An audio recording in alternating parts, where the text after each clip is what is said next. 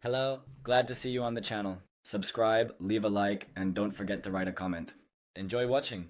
I found out I was too toxic for Christmas while standing in line at Trader Joe's, holding a frozen turkey in one hand and my phone in the other, squinting at the family group chat that suddenly lit up with Karen's name and a message that hit harder than any slap ever could. It read, and I quote, "This year, we've decided to keep things low drama and peaceful. Lisa's energy has been a bit too toxic lately, and I think we all need a break from that. No hard feelings, just doing what's best for the kids."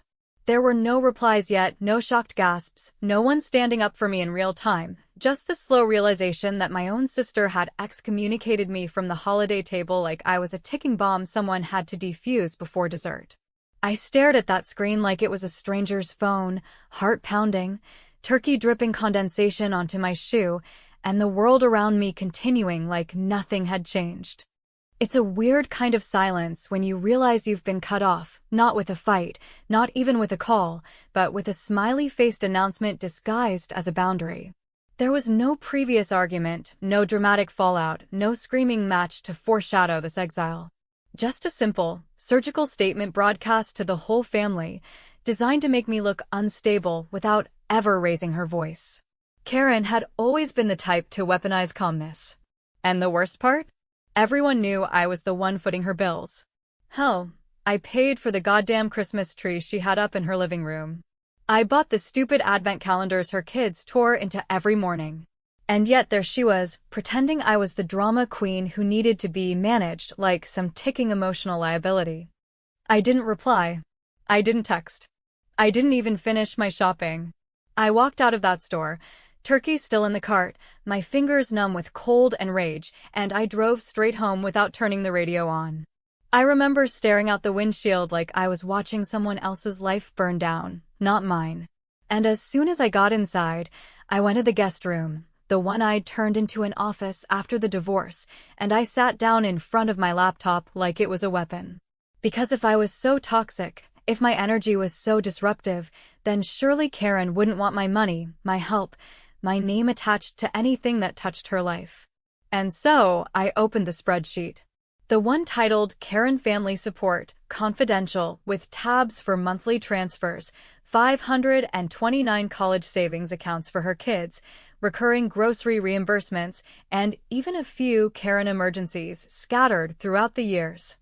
I scrolled back, month by month, year by year, and the numbers stared back like a bad romance, one-sided, expensive, and embarrassingly generous.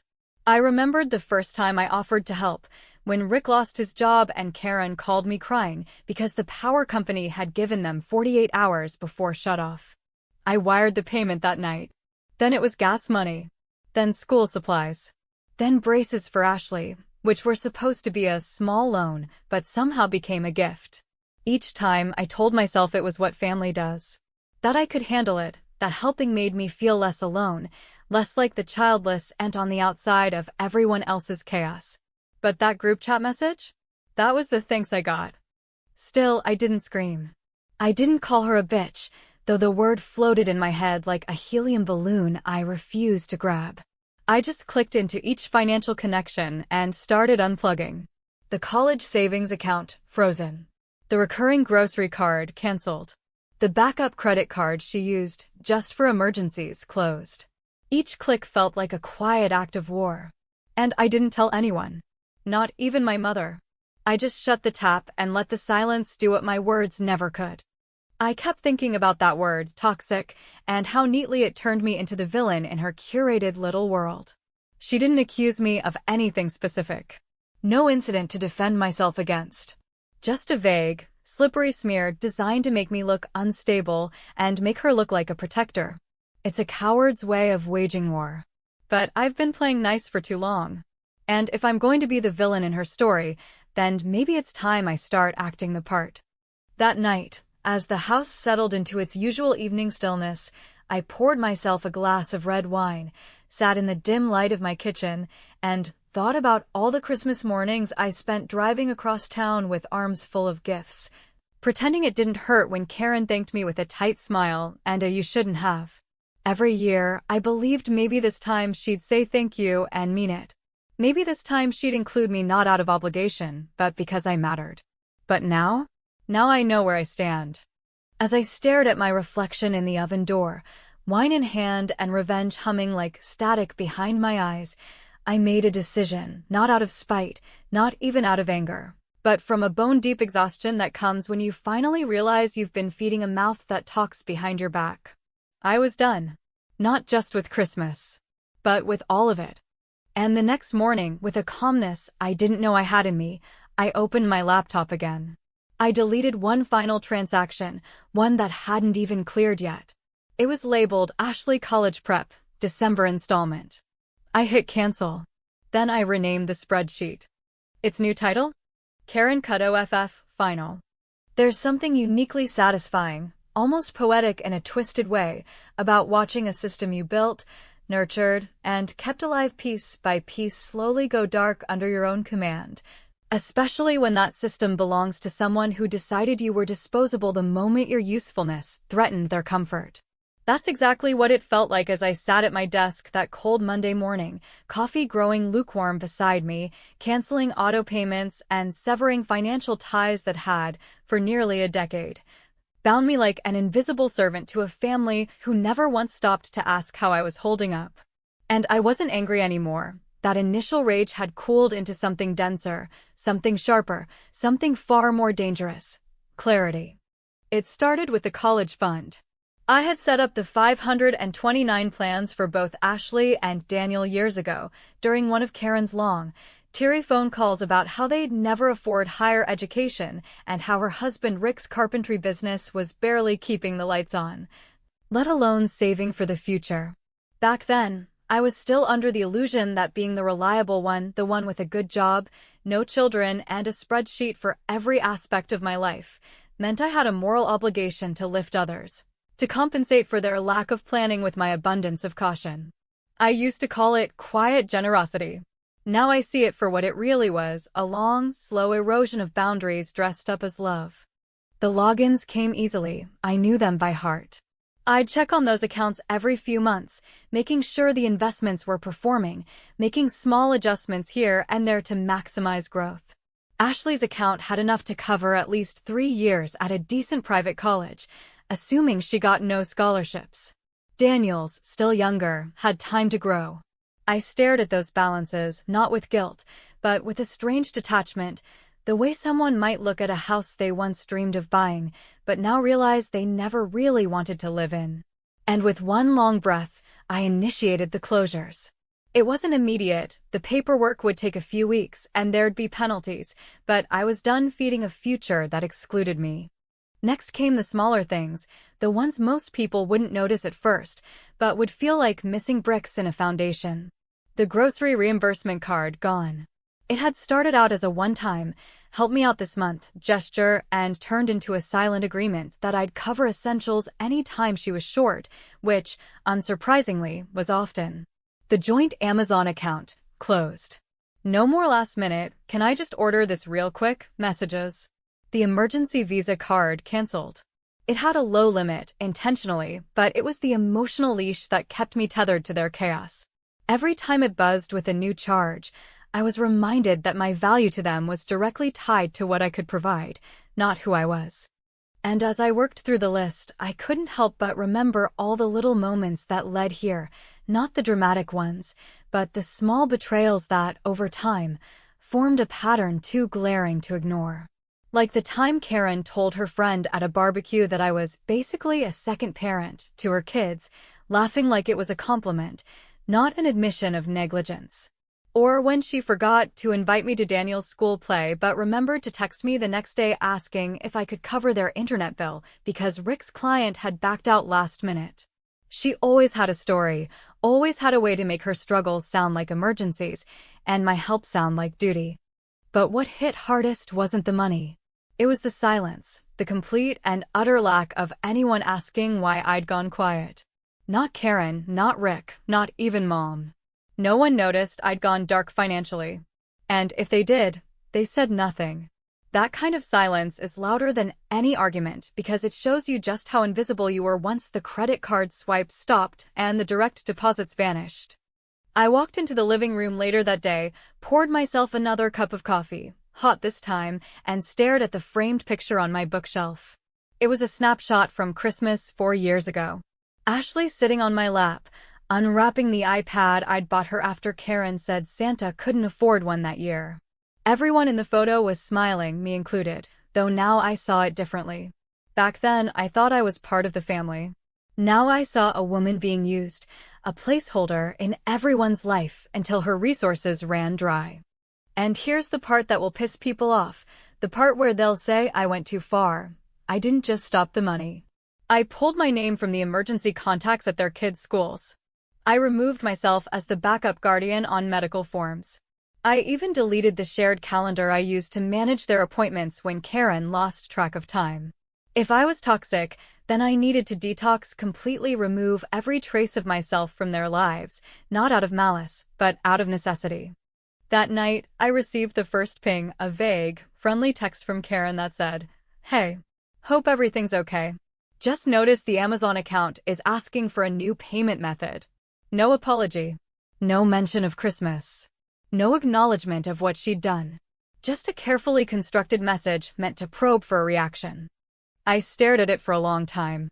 Then I did what I should have done years ago. I left her on read. It didn't take long for the silence to echo louder than any confrontation could have, and within 3 days of pulling every financial plug that had connected me to Karen's household like an invisible life support machine, the first wave of guilt arrived. Not directly, of course, not from the source where it would have at least carried some weight, but in the form of thinly veiled concern, carefully crafted words that made my phone light up at random hours like guilt-laced reminders that I was, apparently, supposed to be suffering without them. The first message came from Mom, written in her usual overly formal tone, as though she was trying to balance maternal concern with Switzerland-level neutrality. It read, "Hey honey, just checking in. Karen mentioned there might have been a misunderstanding? I'm sure it's nothing serious. Let's not let this affect the holidays. Family is everything." I stared at that line, "family is everything," and felt something break loose inside me, something old and heavy, like a beam in a rotting house finally giving way under years of pressure. Because that phrase, that tidy little moral shortcut, had always been the shield that Karen and everyone else hid behind whenever I dared to question the arrangement, whenever I voiced discomfort about how one-sided our so-called family dynamic had become. Family is everything had been used to justify taking, expecting, and never reciprocating. It was a statement that demanded silence from me, not love, not connection, just submission. I didn't reply. And then came the second message, this time from Rick, a rare thing, since Rick generally avoided direct contact with me unless it involved something concrete like car repairs or a PayPal request. His message was short and uncharacteristically awkward. "Hey Lisa, not sure what's going on, but Karen's been upset. If you could reach out, that would be great. Thanks." No punctuation. No specifics. Just a vague appeal that hinted at drama without ever naming it. That's what they were all doing, skirting around the heart of it, hoping I'd be the one to step in, absorb the discomfort, and restore the balance like I always had. But I had no interest in restoring anything anymore. The emails started after that. Not just texts, full, performative emails with subject lines like, "Let's talk," and "Can we clear the air?" Mom sent the longest one, complete with passive-aggressive reflections on how life is too short for resentment, and how she knows Karen didn't mean to hurt anyone. There was a line in there that made my stomach turn. "You've always been the strong one, Lisa. Maybe it's time to show us that strength again by being the bigger person." That was the moment I realized they weren't just trying to guilt me, they were trying to recruit me back into my old role. The dependable fixer. The one who swallowed slights with grace and showed up with presence even when she wasn't invited. But the one that hit hardest didn't come from an adult. It came from Ashley. A short email, written in lowercase with no punctuation, clearly from her phone, and far more sincere than anything the adults had mustered. It simply said, "Aunt Lisa, did I do something wrong? Mom is mad and said you were being cold, but I miss you. Please write back." And for the first time since this entire mess began, I felt something sharp and guilty twist in my chest. Because the truth was, no, Ashley hadn't done anything wrong. Neither had Daniel. They were kids caught in a web of adult dysfunction, used as pawns in power plays they didn't even understand. And I had loved them fiercely in the quiet, unwavering way that comes when you've chosen to invest in someone else's children because life didn't give you your own. I opened the reply window. My fingers hovered over the keys. I typed the words, "You didn't do anything wrong," and stared at them for what felt like an hour. But I couldn't hit send. Because anything I said would be dissected, forwarded, reinterpreted through Karen's bitterness and Mom's pressure. I wasn't ready to open the door, not even a crack, because I knew how fast they'd barge through. I deleted the draft and closed the laptop, feeling that terrible tug-of-war between justice and compassion, between doing what felt right for me and what might break a child's heart. But sometimes, and this sounds cruel, I know, sometimes the only way to reset a broken system is to let the fallout happen and trust that the innocent will one day understand why you did what you did. Later that night, as I sat alone in my living room with the fireplace flickering and the sound of distant wind pressing against the windows, I thought about how silence can become its own kind of power. For years, I had spoken with money, with presence, with accommodation. I had bent myself into shapes that made everyone else more comfortable: the supportive aunt, the understanding daughter, the wealthy sibling who never flaunted her success, but quietly made everyone else's life a little easier. And none of it had protected me. None of it had earned me loyalty or love that wasn't conditional. They only loved me when I was useful. And now that I was no longer useful, they called me cold. They called me distant. They whispered the word toxic like a diagnosis they all agreed on behind closed doors. But they never asked why. They never asked what finally broke me. Because to ask that would mean acknowledging what they took, and nobody wants to own their own selfishness when they can just blame the one who stopped giving. I went to bed that night with Ashley's email replaying in my mind like a lullaby turned sour. And even though I hadn't replied, I whispered the words into the dark ceiling above me, as if she could somehow hear me across the miles. "You didn't do anything wrong, sweetheart. But I can't save everyone. Not anymore." It was a gray, drizzling Sunday morning when I heard the knock on my door, not a polite tap-tap, not a hesitant one, but a deliberate, three-count knock that immediately told me it was someone who felt entitled to be there. Someone who wasn't going to wait for an invitation. I was still in my robe, coffee only halfway finished, the living room quiet except for the sound of the rain pattering against the windows and the occasional creak of the old house settling into its bones. I hadn't had visitors in weeks, not since Christmas plans imploded and my name had been dragged through the digital family hall of shame. I walked to the door slowly, not because I was scared, but because I already knew, before I even looked through the peephole, that it would be my mother. She stood there holding an umbrella like a prop she didn't really need, her face tight with restrained disappointment, the kind of expression only a mother can perfect, where she's clearly not angry but impossibly hurt, as though your decision to protect yourself had personally insulted the entire bloodline. I opened the door and didn't say anything, just stepped aside and let her in, because no matter how strong your boundaries become, there's a part of you, the child part, that still lets your mother into your house without a fight.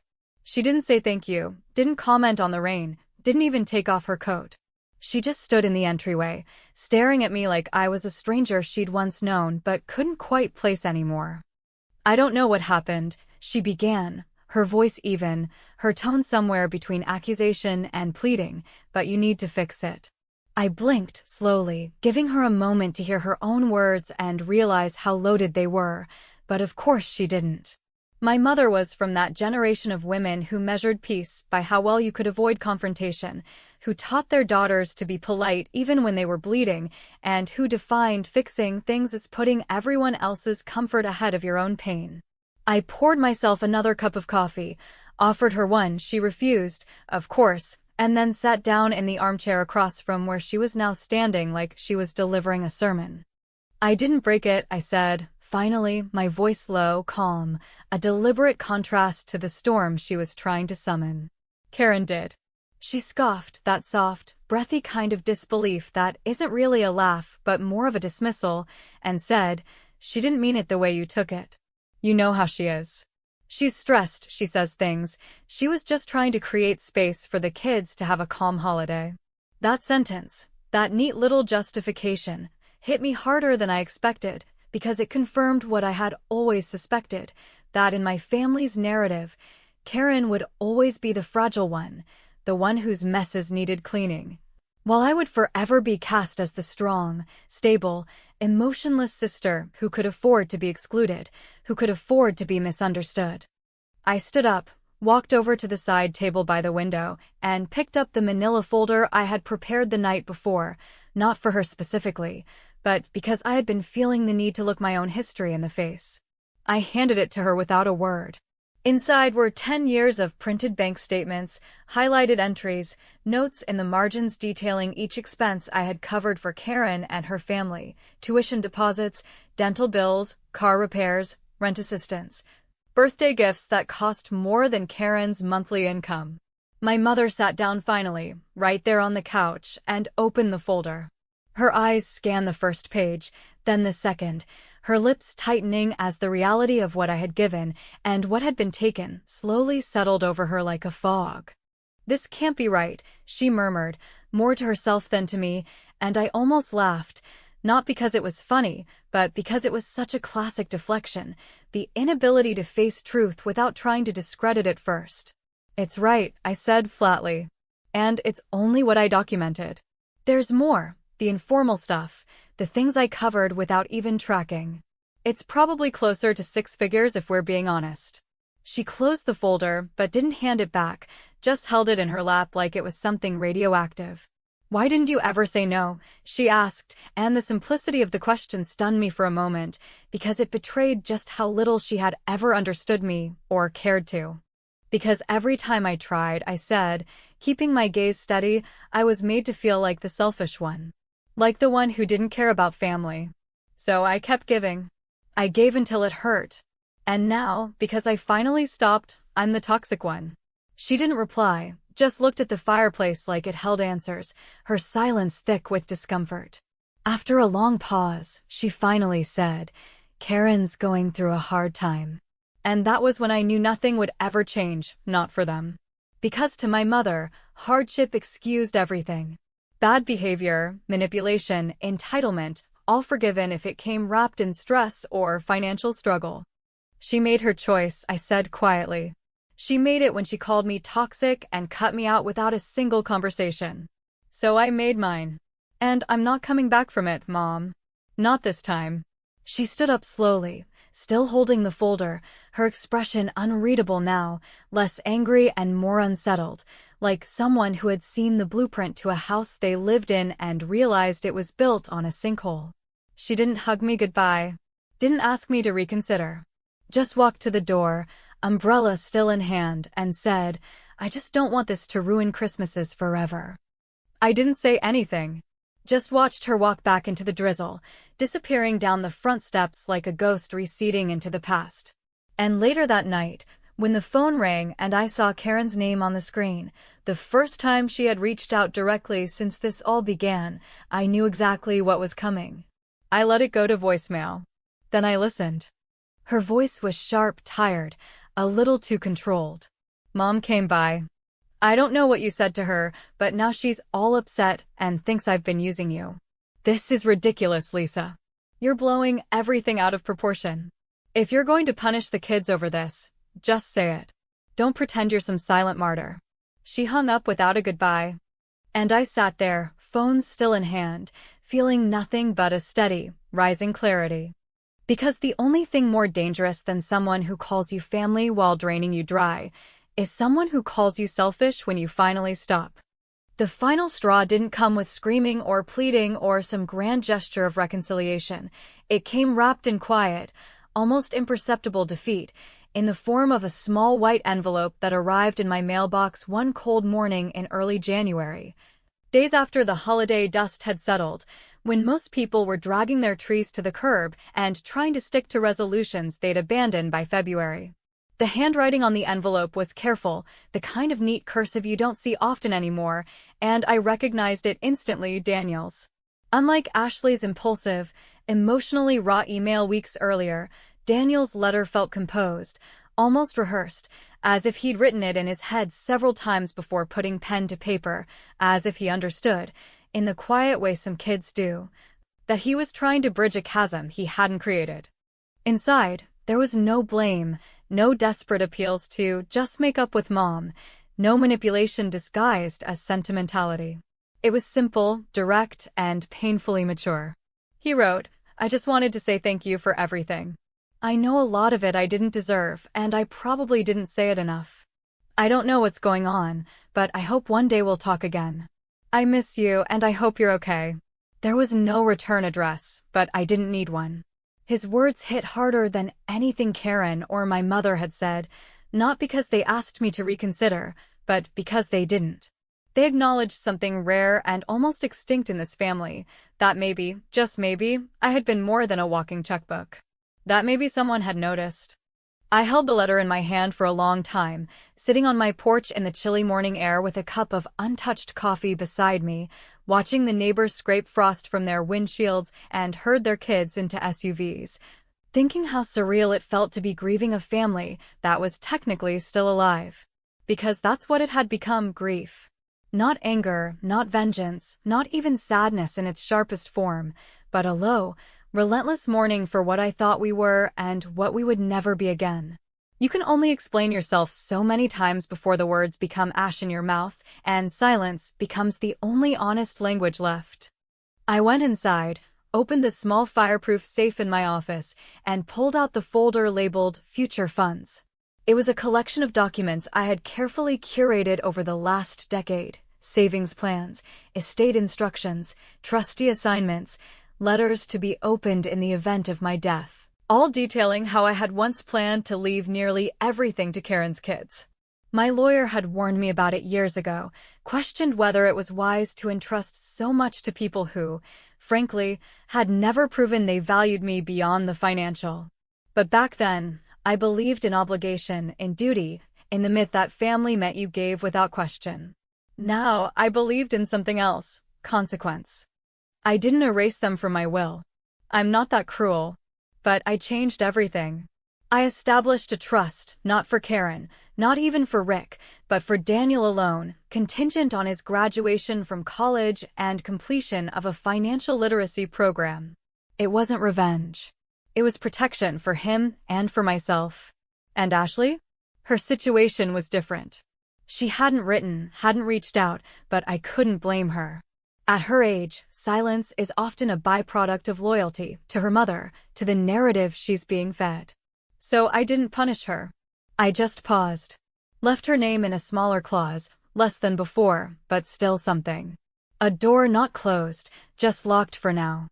A week later, I found myself on a beach in Key West, the kind of place where people go to forget who they've had to be.